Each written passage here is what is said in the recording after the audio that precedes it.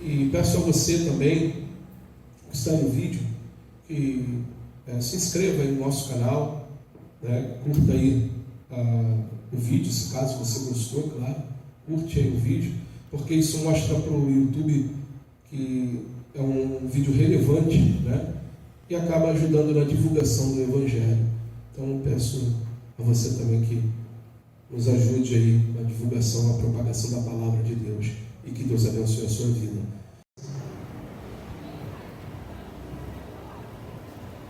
Marcos 14, nós vamos ler do verso 32 ao verso 42, mas eu vou te pedir que em casa você leia do verso 12 ao verso 42, ok? Verso 12 ao 42 em casa, Marcos 14.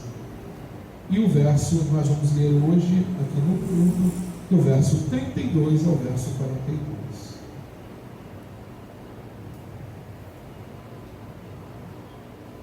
Jesus no Getsemane. Amém? Todos encontraram? Então diz assim o texto: então foram a um lugar chamado Getsemane. Ali chegados, disse Jesus aos seus discípulos: assentai-vos aqui enquanto eu vou orar. E levando consigo Pedro, Tiago e João, começou a sentir-se tomado de pavor e de angústia. E lhes disse: a minha alma está profundamente triste até a morte, ficai aqui e vigiai. E adiantando-se um pouco, prostrou-se em terra e orava para que, se possível, lhe fosse poupada aquela hora. E dizia: Abba, Pai, tudo é possível. Passa de mim este cálice, contudo, não seja o que eu quero, e sim o que tu queres. Voltando, achou-os dormindo, e disse a Pedro: Simão, tu dormes? Não pudeste vigiar comigo? Não pudeste vigiar nem uma hora? Vigiai e orai, para que não entreis em tentação. O espírito, na verdade, está pronto, mas a carne é fraca. Retirando-se de novo, orou repetindo as mesmas palavras. Voltando, achou-os outra vez dormindo, porque os seus olhos estavam pesados e não sabiam o que lhes responder. E veio pela terceira vez e disse-lhes: ainda dormis e repousais? Basta! Chegou a hora, o Filho do Homem está sendo entregue nas mãos dos pecadores. Levantai-vos, vamos, eis que o traidor se aproxima. Amém, irmãos? Até aí, oremos. Senhor Deus, Pai querido e amado, mais uma vez eu te peço: tomai a minha vida em tuas mãos, tomai o meu intelecto, os meus sentimentos, e tudo que venha a ser proferido aqui nesta noite venha do teu coração para os nossos corações. Iluminai, Senhor, as nossas mentes através do teu Santo Espírito, para que possamos entender, Senhor, tudo aquilo que o Senhor quer ministrar a cada um de nós, e que em tudo, Senhor, o teu nome venha sendo glorificado. Pai, te pedimos também pelos nossos irmãos que estão no Brasil e no mundo afora pregando sua palavra. Pai, muitos sendo perseguidos, outros martirizados, outros com bastante dificuldades. Senhor, que o Senhor continue sustentando com suas mãos poderosas, e que, Pai, o seu nome seja glorificado em cada vida de cada servo do Senhor. É o que nós te pedimos, Senhor, em nome do seu Filho amado, nosso Senhor Jesus Cristo. Toda a igreja diga amém? Amém. Amém, graças a Deus. Podeis assentar, meus irmãos? Só bebemos um golinho d'água aqui. Você também que está aí no vídeo, uma boa noite para você. Que Deus abençoe a sua vida rica e poderosamente. Bom, amados irmãos, nesta noite teremos o privilégio, aqueles que estão aqui, aqueles que se esforçaram para estar aqui no culto, terá o privilégio de sentar à mesa do Senhor, trazendo assim a nossa lembrança, o fato de que nosso Senhor Jesus Cristo entregou-se como sacrifício na cruz do Calvário para a nossa salvação. Por isso é importante nos voltarmos para a Escritura, mais uma vez, e recebermos a instrução sobre sua obra a nosso favor. O texto desta noite não trata diretamente sobre a morte de Jesus na cruz, mas nos fala de um momento específico, do sofrimento de Cristo por causa dos nossos pecados. O momento em que no Getsemane ele experimentou a angústia, a tristeza, a solidão por causa dos nossos pecados.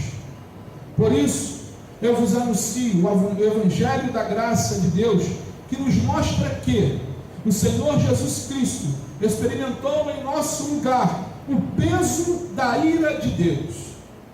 E ele teve o seu sofrimento. Nós vamos ver sobre o seu sofrimento e a sua submissão. Nós vamos falar primeiro sobre o sofrimento do nosso Senhor Jesus. O que lemos aqui aconteceu no final da quinta-feira à noite.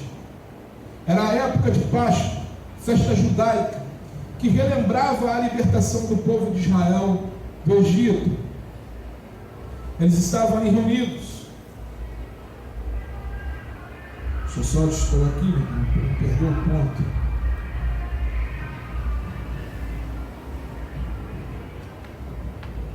Jerusalém estava cheia.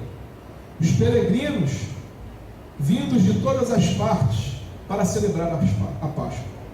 Jesus já havia lavado os pés dos discípulos. Judas já havia se retirado do cenáculo a fim de vender Jesus para as autoridades judaicas. Jesus havia celebrado a Páscoa com seus discípulos, e no meio daquela celebração ele havia instituído uma nova celebração, a ceia, para relembrar a sua morte. Terminada essa celebração, depois de haver dado várias instruções, Jesus se retirou com seus discípulos em direção ao Monte das Oliveiras. Agora, eles chegaram em um lugar ao pé do Monte das Oliveiras, um jardim chamado Getsemane, que o nome significa prensa de azeite. Portanto, devemos pressupor que havia ali instalações para a transformação de azeitonas em azeite, onde as azeitonas são prensadas e se tornam um precioso líquido, que até hoje, né, irmãos, o preço do azeite não está mal, não. Este jardim, irmãos, era possivelmente um lugar cercado por, só deveria ter uma única entrada, um lugar reservado, silencioso, próprio para descansar, orar e meditar. E se vocês verem até hoje imagens do jardim de Getsemane, do Monte das Oliveiras, né, você vê que é um lugar lindo, é um lugar justamente assim, é um lugar onde passa aquele momento, né, da oração, aquele momento da meditação. Um lugar que, conforme em João capítulo 18, versos 1 e 2, Jesus estivera muitas das vezes. Jesus e seus discípulos chegaram ali à meia-noite, cansados de uma semana agitada, de um dia agitado. A entrada desse jardim, por ordem de Jesus, alguns discípulos se assentaram enquanto ele se retirou para orar. Somente 3 discípulos o acompanharam de perto, neste momento especial. Os mesmos haviam presenciado a transfiguração, que eram Pedro, Tiago e João. Na transfiguração, eles estavam ali, e visto Jesus em sua glória, e ouvido o testemunho do Pai, dizendo: este é o meu Filho amado, a Ele ouvi. Mas agora, ali no Getsemane, estes mesmos homens testemunhariam o Filho do Homem em sua humilhação. Presenciariam um momento difícil, quando o nosso Salvador experimentou uma angústia terrível, ao ponto do seu suor se verter em sangue. E os cientistas dizem que isso é possível quando há uma agitação muito grande dentro do nosso ser, que o sangue ele corre numa velocidade tamanha que ele consegue sair pelos poros. O texto nos fala que ele começou a sentir-se tomado de pavor e de angústia, como está aqui no verso 33. Jesus, Rei dos Reis, Senhor dos Senhores, Criador do Universo, o Verbo vivo, estava com Deus, estava tomado de pavor e de angústia. E os verbos que expressam o auge do pavor e sofrimento, o primeiro é uma forma intensificada de um verbo que pode ser traduzido por estar assustado, espantado, falando no original, irmãos. O segundo verbo tem o sentido básico de não sentir-se em casa, de estar inseguro, e por isso ganha o sentido de estar inquieto e assustado. Esse era o momento que o nosso Senhor estava passando. Além disso, somos informados que a sua alma estava profundamente triste até a morte. Está aqui no verso 34 de Marcos 14. A alma do nosso Salvador estava triste, profundamente triste até a morte. E além disso, nós somos informados, e quando nós lemos, os Salmos 42 e 43, nós vemos no Salmo 42, versos 5 e 11, e no Salmo 43, verso 5, o salmista está falando o seguinte: por que estás abatido, ó minha alma? Por que te perturbas dentro de mim? Momentos de angústia, momentos de aflição. Portanto, os verbos usados deixam claro que o sofrimento e a angústia e a tristeza que Jesus experimentou naquele momento são inimagináveis. Ninguém, nenhum homem passou ou suportou tamanha angústia. Nenhum homem, nenhuma angústia foi igual ao que o nosso Senhor Jesus Cristo suportou. Não se compara ao que ele experimentou. Nunca ninguém sentiu o que Jesus sentiu por nós no Getsemane. O que aconteceu ali foi único. O que aconteceu ali foi ímpar. Só ele experimentou em uma única vez. Mas por que esse pavor? Por que essa angústia? Por que essa tristeza? Para entender o que aconteceu, irmãos, podemos observar as palavras de Jesus em sua oração. E lemos que Jesus deixou 3 discípulos e se distanciou, como diz a palavra, a um tiro de pedra, para orar. Mas o que ele pediu em sua oração? O texto nos diz que ele orou para que, se possível, lhe fosse poupada aquela hora, como diz no verso 35. E depois ele disse: passe de mim este cálice, o cálice da ira de Deus. Uma hora se aproximava e um cálice deveria ser bebido.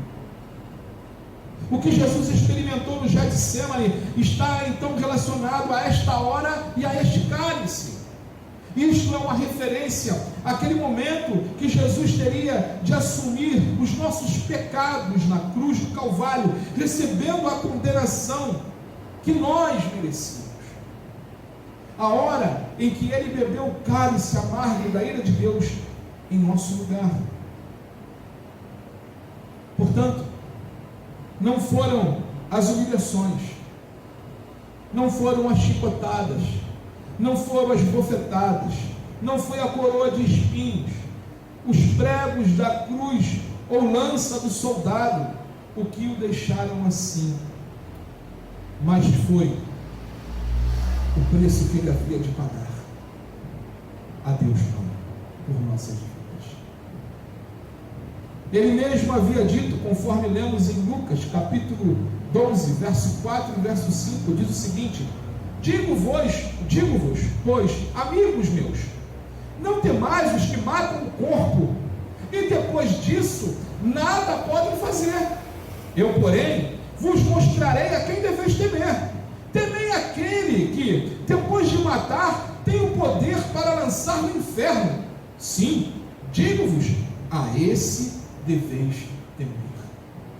Amados, quem é esse que tem o poder de matar? E quem é esse que tem o poder de jogar no inferno? Quem é o único juiz que pode condenar a vida de um homem? Quem é o justo juiz? É o nosso Deus. É o nosso Deus. O preço que Jesus estava pagando era a Deus, porque nós devíamos a quem? Ao diabo? Não. Nós devíamos ao mundo? Não. Nós devíamos a Deus Pai. Amém, igreja? Nós devíamos a Deus Pai. E Jesus veio pagar esse preço por nós. E o que aconteceu foi que Jesus viu o cálice da ira de Deus lhe sendo entregue. E ele sentiu a maldição de Deus e o julgamento de Deus se aproximando. E ele começou a sentir o peso dos nossos pecados, que seriam colocados sobre ele na cruz. Lembrando, Jesus não havia pecado, em Jesus não tinha pecado. Ele foi como um cordeiro imaculado, mudo ao matador, e ele se entregou, que nem a morte poderia tirar a sua vida. E ele fez tudo isso por nós.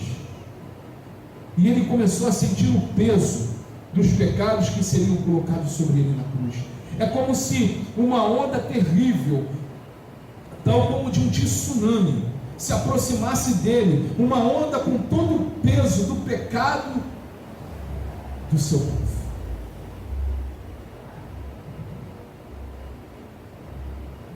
Uma onda com o peso da ira eterna de Deus sobre estes pecados, que ele tinha de carregar como se fossem seus. E ele sendo justo. No Getsêmani, o peso dos nossos pecados começaram a causar pressão sobre a natureza santa do nosso Senhor. E isto lhe causou pavor, angústia, que não se pode imaginar, que não se pode descrever perfeitamente. A dor, o sofrimento, a angústia, a tristeza que Jesus experimentou foram tão grandes que, conforme Lucas nos informa, o seu suor se transformou em sangue. É como se o seu coração quisesse partir no meio de tanta angústia e tanta dor e tanto sofrimento. E quando Jesus agonizava no jardim, os discípulos não estavam vigiando, não estavam orando. Jesus estava sozinho.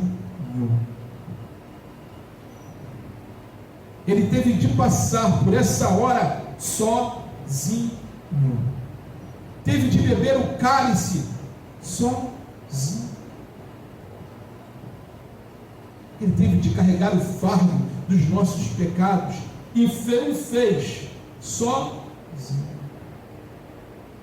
Amados irmãos, Jesus agonizou no Getsêmani, agonizou por causa dos nossos pecados, das nossas falhas, dos nossos erros. Ele sofreu aquilo que nós deveríamos sofrer por causa dos nossos pecados.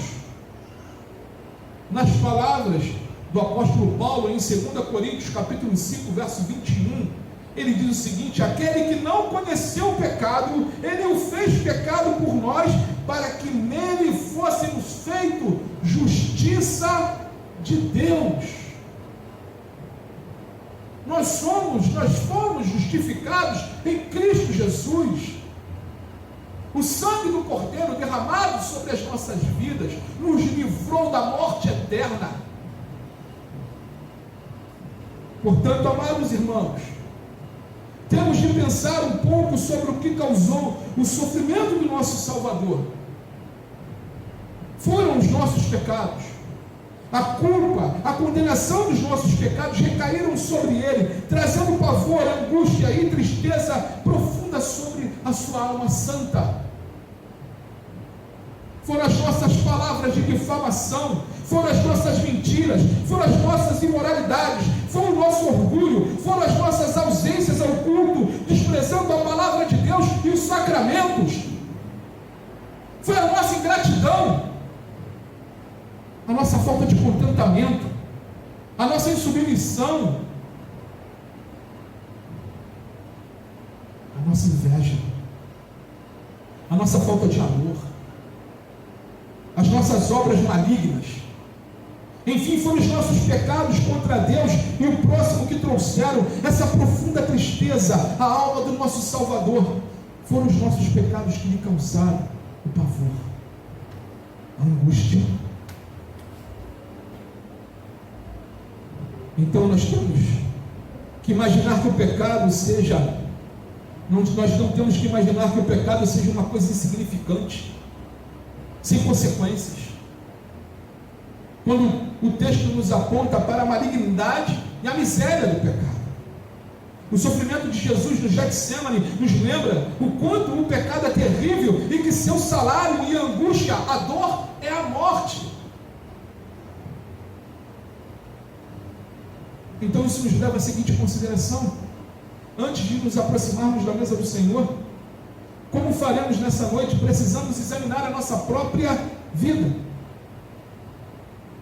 ver como estão os nossos caminhos, ver se aborrecemos o pecado que tanto sofrimento causou ao nosso Senhor.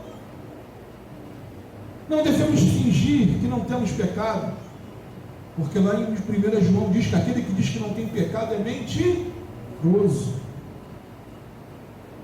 Pelo contrário, nós devemos, irmãos, fazer um exame, um autoexame sincero de nossas palavras, de nossas atitudes, para com Deus, para com o próximo, as nossas motivações, o nosso desejo, a nossa mordomia, e no que consiste a nossa alegria. O que consiste a nossa alegria? É andar com Deus? Ou é andar da forma que nós queremos, a nossa carne quer? O que consiste a sua alegria? O que consiste a minha, a nossa alegria?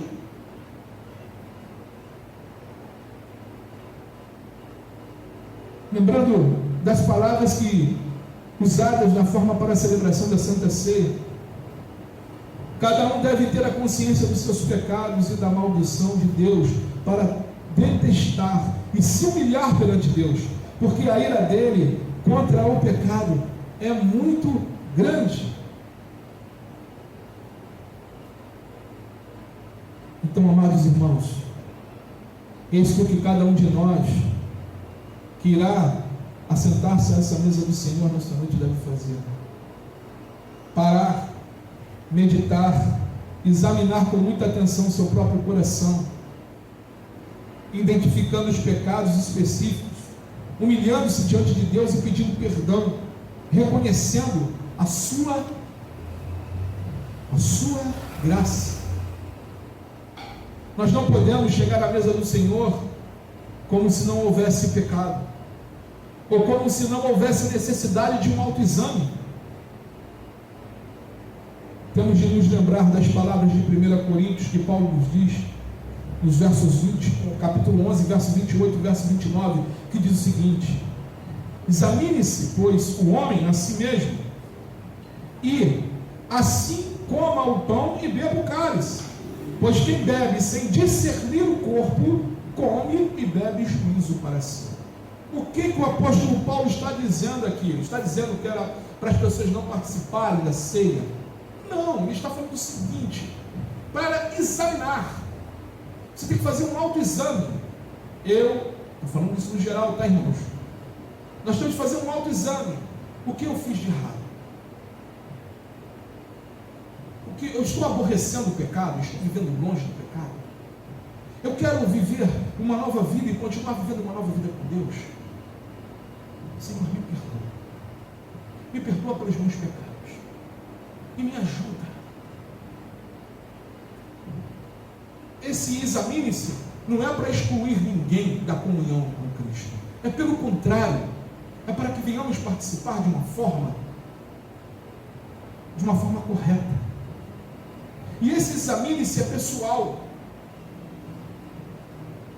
Não é o irmão, a irmã, né? ou muitas das vezes vai chegar. É o examine-se, ele é pessoal. Examinou-se, pediu perdão pelas falhas, entendeu o sacrifício de Cristo. No caso aqui da igreja, né? Nossa igreja ceia é aberta, claro, para todos aqueles que são batizados nas águas em qualquer igreja evangélica, né? Igreja que professa em Cristo Jesus como Senhor.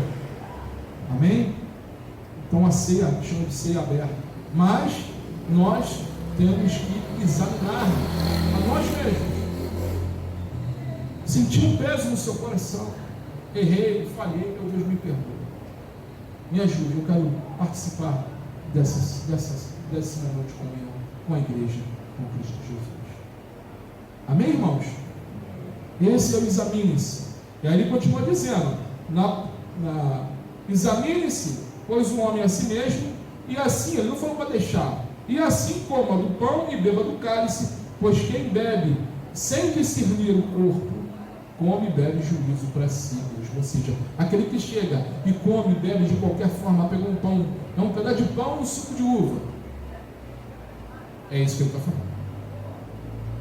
Entender toda essa importância, o preço que foi pago. E o temor, diz a palavra, é o princípio da sabedoria. Amém? O temor do Senhor é o princípio da sabedoria. Continuando. Mas nosso texto não aponta somente para a malignidade dos nossos pecados e o sofrimento que eles causaram a Cristo, mas também enche de alegria e confiança o coração daqueles que, reconhecendo os seus pecados e para usar mais uma vez nossa forma litúrgica, confiam na promessa fiel de Deus de que todos os seus pecados são perdoados somente por causa do sofrimento e da morte de Jesus Cristo, do nosso Senhor Jesus Cristo.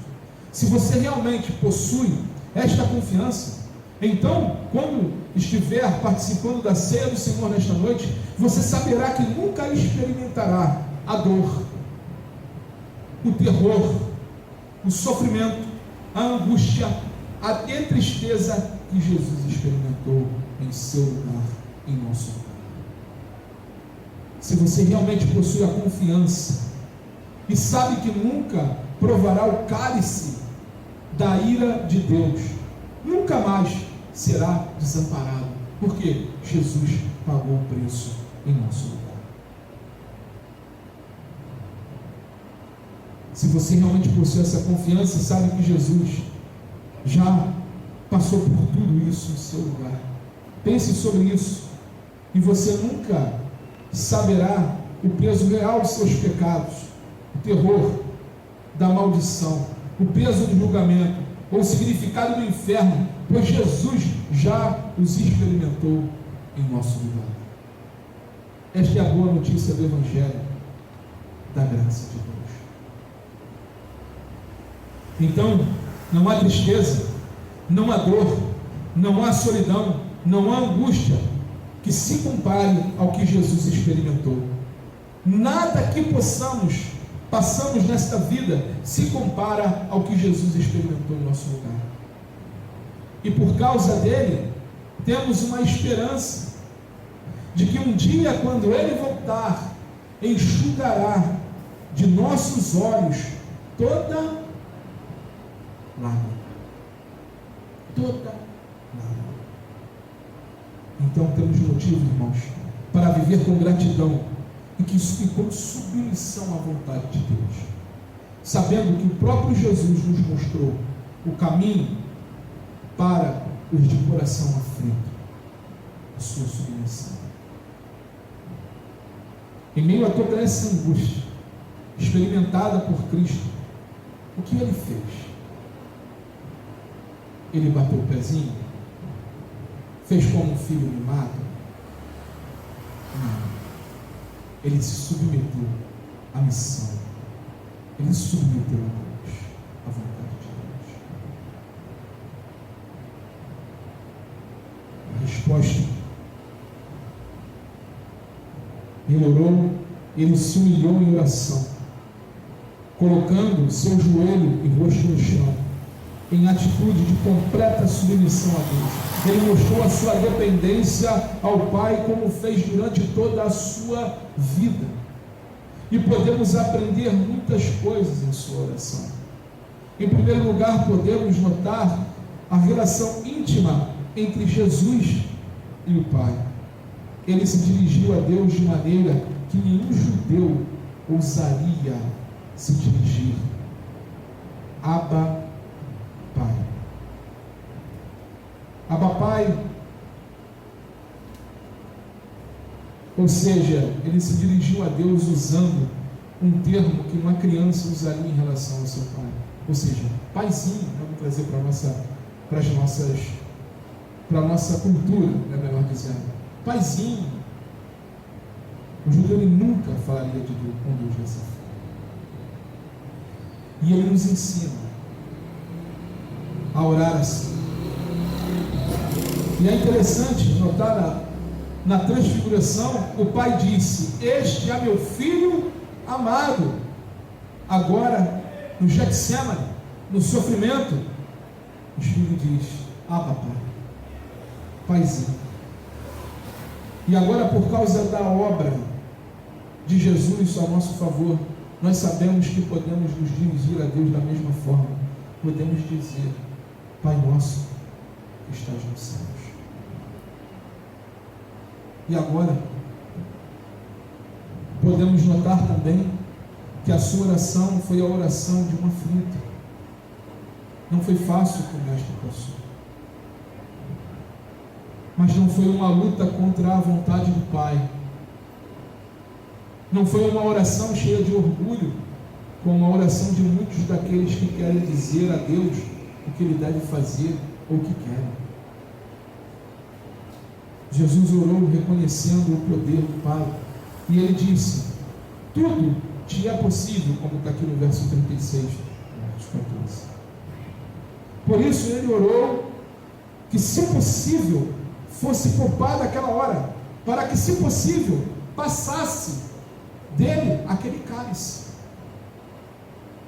E mais, a sua oração, Jesus submeteu-se à vontade soberana do Pai. E Ele disse: contudo, não seja feita, não seja contudo, seja o que eu quero, e sim contudo o que tu queres.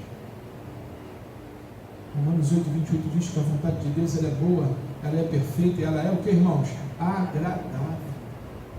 As nossas orações têm que ser para que o nosso coração esteja inclinados à vontade de Deus. Olhamos para Jesus no Getsemane, e em seu sofrimento, angústia e tristeza profunda, e o vemos buscando o Pai em oração. Mas em contraste a isso, os discípulos dormiam. Jesus lhes havia pedido que vigiasse, que orasse, mas os encontrou dormindo. E por isso eles foram repreendidos, especialmente Pedro, que dissera estar pronto para morrer. Mestre, ele disse: eu não sei não, mas eu vou contigo, nem que for para a morte, eu estou indo com o Senhor. Aí Jesus aqui repreende Pedro: nem tu, Pedro, vigiaste nem uma hora.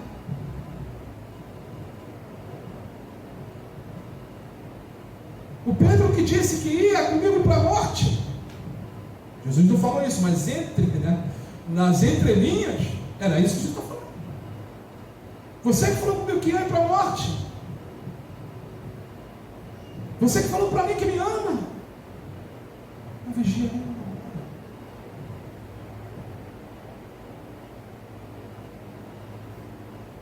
hora. Jesus nos advertiu que orasse para que não entrasse em tentação.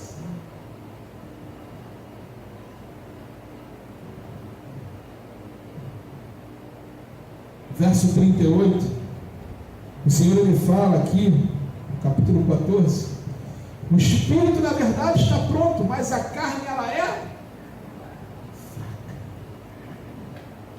O espírito ele está pronto. O pastor Paulo fala que o Senhor colocou um tesouro em nós, os jarros de barro. Esse tesouro é o Espírito Santo do Senhor. O Espírito está pronto, mas a carne, ela é fraca. Precisamos orar para submetermos a nossa carne à vontade do Pai. E aí o Espírito,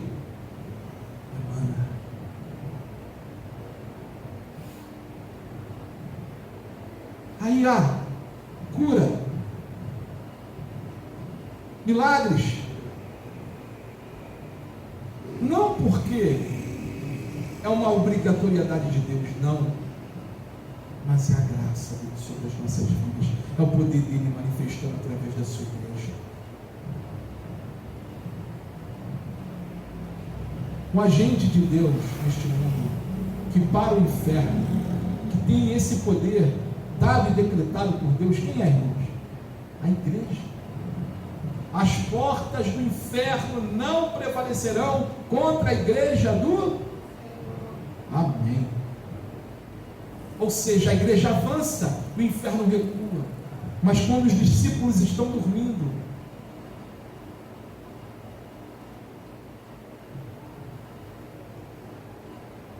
a carne é fraca.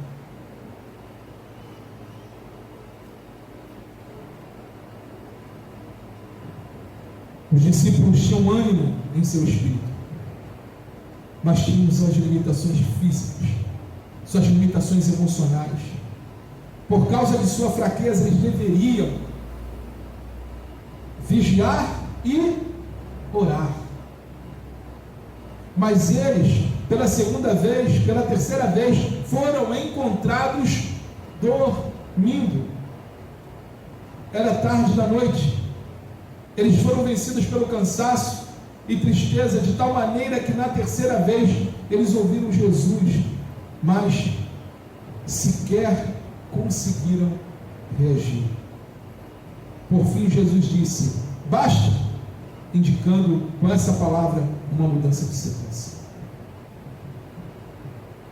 E ele diz: Judas e um grupo de soldados se aproximava para prendê-lo.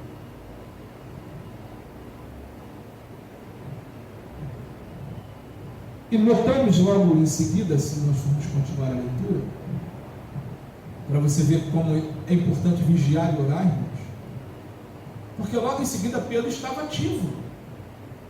O Pedro que estava dormindo, na hora que Malco, ele pegou a espada e cortou a orelha de Malco. Não é uma posição de alguém que estava sonolento, amém? Ele, antes de Malco pensar, ele já tinha cortado a orelha de Malco.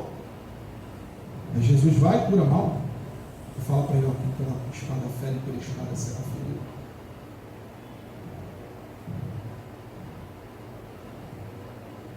Amados, nós temos que orar. A igreja tem que orar em todo o tempo, vigiar. O tempo que vivemos são tempos maus, tempos difíceis para a igreja do nosso Senhor. Se nós não despertarmos em oração, quando eu falo nós, é um todo, irmãos. Estou falando na igreja, não é só aí em CNV, mano, cabe, é um todo. Se a igreja não despertar para oração, para a primazia de Deus, como as coisas vão mudar? Como o inferno vai recuar?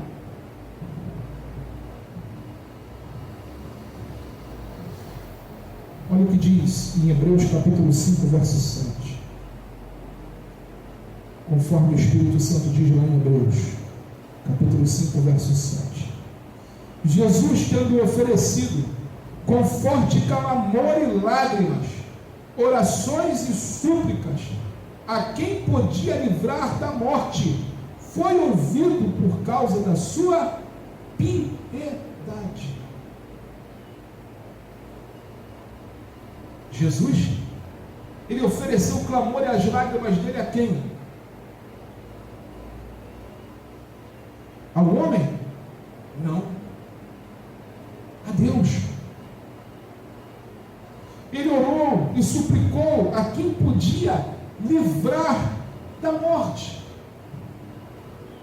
E que a palavra diz que foi ouvido. Ele foi ouvido por causa da sua piedade.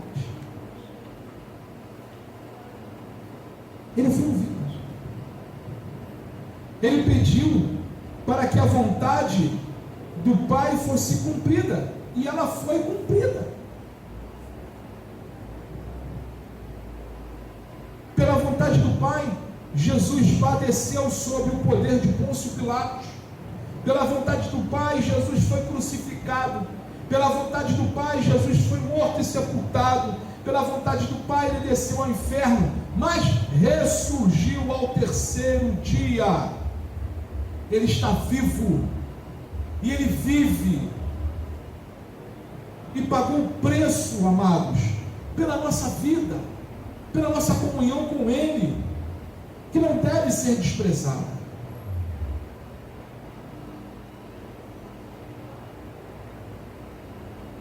Quando nossa alma está perturbada, quando a angústia cai sobre nós devemos nos humilhar diante de Deus, reconhecer o seu poder e submetendo-nos à sua vontade. Como diz lá em Tiago, capítulo 5, verso 13, a primeira parte, diz o seguinte: está alguém entre vós sofrendo? Faça oração.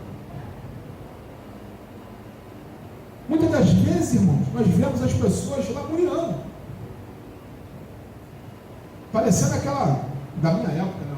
Hoje em dia, tinha um desenho, né, que tinha uma hienazinha, e ela ficava aqui, ó céus, ó dia, ó azar, lembram disso aí, que é da minha época? Ela só falava isso, a hiena, né?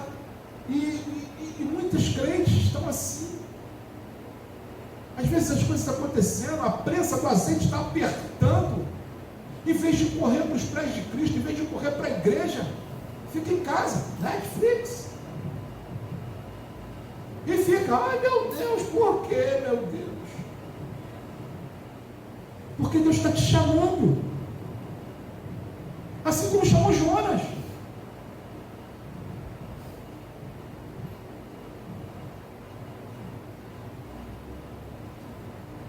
O objetivo da oração não é mover a mão de Deus, a sua vontade, a nossa vontade, não é. O motivo da oração é mover o nosso coração à vontade de Deus. É isso. Você não é um bibelô. Acho que nem usam mais essa palavra bibelô, mas você não é mais, você não hoje em dia criam uma geração de crentes que parecem crente de cristal, não pode tocar, não pode falar. Irmão, se não tocar e não falar, o caminho é inferno. É inferno. Jesus, ele não tratou os discípulos somente passando a mão na cabeça, não. Lembra de Pedro? Arrega de mim, Satanás, não tem parte convosco. Lembra-se quando Pedro falou: mestre, não vá, não seja tão duro consigo mesmo.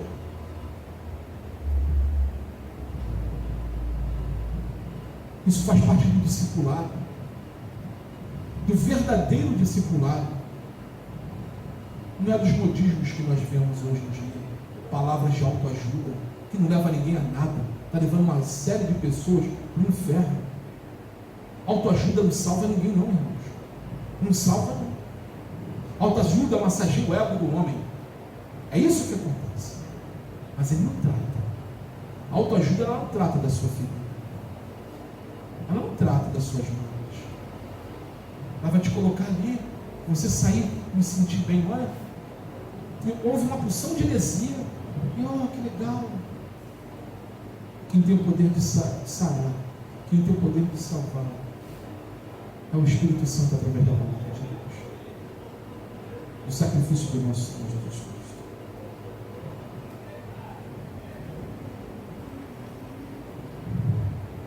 Muitas das vezes estamos como os discípulos no jardim. Enquanto deveríamos vigiar e orar, estamos dormindo. Precisamos reconhecer isso. Então, exagerando as nossas limitações, temos de procurar viver atitudes de dependência do Pai, submetendo-nos a Ele todos os dias da nossa vida. Não podemos nos manter de pé sem o Espírito de Deus. Quando nós lemos lá no início do livro do profeta Ezequiel, você vê Deus falando para Ezequiel: põe-te de pé, levanta-te que te encherei. Mas logo em seguida você vê que Ezequiel não consegue por si só ficar de pé. Diz que o Espírito lá tem letra maiúscula, falando sobre o Espírito Santo. O Espírito entra em Ezequiel e coloca ele de pé, e aí Deus começa a falar para ele: come do bolo e profetiza, vou te fazer com uma dura cerveja. E Deus estava levantando Ezequiel para pregar para o povo dele, para os judeus.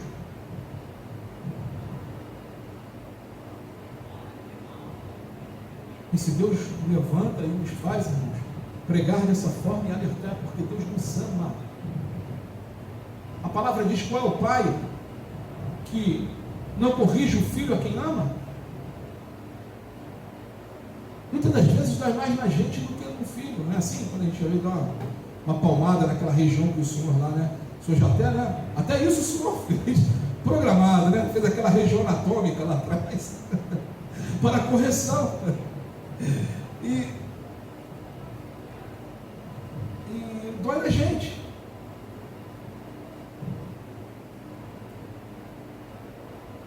Mas temos que tomar remédio amargo para nos ficar de pé, para que o Espírito Santo age em nossas vidas, para que o Espírito Santo varra a nossa região com avivamento.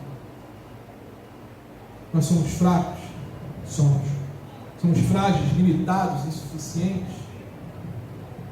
Então, cientes disso, na medida em que nos aproximamos da mesa do Senhor nesta noite, para comermos do pão e bebermos do cálice, mais uma vez ouvimos pela palavra e pelo sacramento que Ele nos ama e que com o seu corpo e sangue Ele alimenta e sacia para a vida eterna as nossas almas famintas e nossas almas sedentas.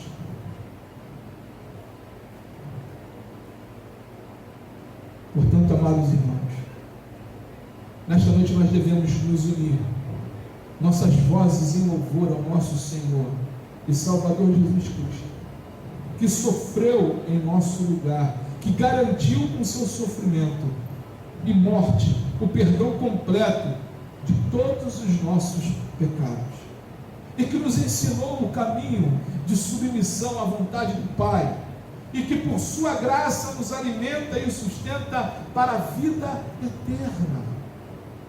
Amados irmãos, que a graça, que amor, Cristo sofreu em nosso lugar, Ele bebeu completamente o cálice da ira de Deus, Ele foi afligido por causa dos nossos pecados, estamos livres, nenhuma condenação há para os que estão em Cristo Jesus. Você está em Cristo Jesus, amém, igreja? Nenhuma condenação há sobre nós, sobre as nossas vidas.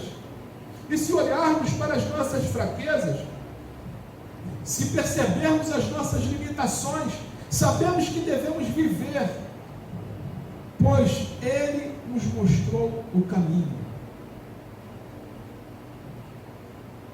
de submissão à vontade do Pai. É Ele mesmo que nos sustenta. Portanto, que grande consolo temos no Evangelho, que boa notícia. Em Cristo temos perdão, em Cristo somos sustentados até o final, e a Ele, pois, a glória, a honra, o louvor pelos séculos dos séculos. Queridos, continue buscando a Deus de todo o seu coração. Continue, que Deus continue sendo, como nós cantamos aqui no culto, sendo a centralidade, sendo o centro, que Jesus seja o centro da sua vida. O mundo está aí cheio de distrações, para nos tirar da presença de Deus. As mordomias estão aí, cheias de mordomias, para nos tirar da presença de Deus. O inimigo das nossas almas, ele já está condenado, ele está à espreita para nos tirar da presença de Deus. Como diz lá Pedro, O diabo ele anda bramando e rugindo como um leão, procurando a quem possa tragar. Mas aqueles que são de Cristo, estão firmados na rocha que é Cristo Jesus, esse ele não pode tocar. A carne, ela tem que ser mortificada em oração e jejum. É na santificação, irmãos, que nós, a palavra diz que sem santificação ninguém verá é no seu empenho de vir à igreja, de ouvir a palavra de Deus, de sair da sua casa, do seu sofá, ele está aqui buscando, orando, clamando. Ele não muda, ele continua sendo o mesmo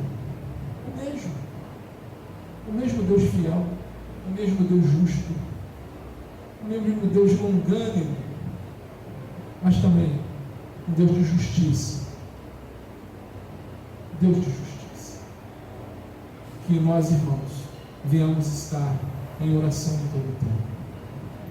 Como diz na 1 Tessalonicenses capítulo 5, verso 17, orai sem cessar. Orai sem cessar. Que Deus continue sendo a primazia dos nossos corações e que o Senhor seja, que ao Senhor seja toda a honra, toda a glória e todo o domínio pelos séculos dos séculos. Amém. Que Deus abençoe a cada um de vocês, em nome de Jesus. Vamos estar orando aqui para encerrarmos esse momento do culto e logo estarmos participando da ceia do Senhor, aqueles que estão aqui presentes. Senhor Deus, Pai querido e amado, sabemos que somos filhos. Ajuda-nos, ó Santo Espírito de Deus, a examinarmos a nós mesmos, a ver se há em nós, Senhor, algum caminho mau. É que nesse momento, Senhor, te pedimos perdão pelos nossos pecados, perdão pelos pensamentos que muitas das vezes podemos ter tido que não agradou o Senhor. Perdão, Senhor, por tudo que nós viemos ter feito que não agradou a Ti. Ajuda-nos, Senhor, a todo momento a aborrecermos o pecado. Ajuda-nos, Senhor, a todo momento a andarmos, ó Deus, olhando somente para Ti, a não desviar os nossos olhos, colocando nas nossas próprias vontades, nos deleites deste mundo, mas que nós venhamos, Senhor, andar em todo momento submisso à Tua vontade, submissos ao Teu querer. Ajuda-nos, ó Santo Pai, a continuar e a cumprir, Senhor, a Tua boa obra. Só o Senhor pode, ó Deus,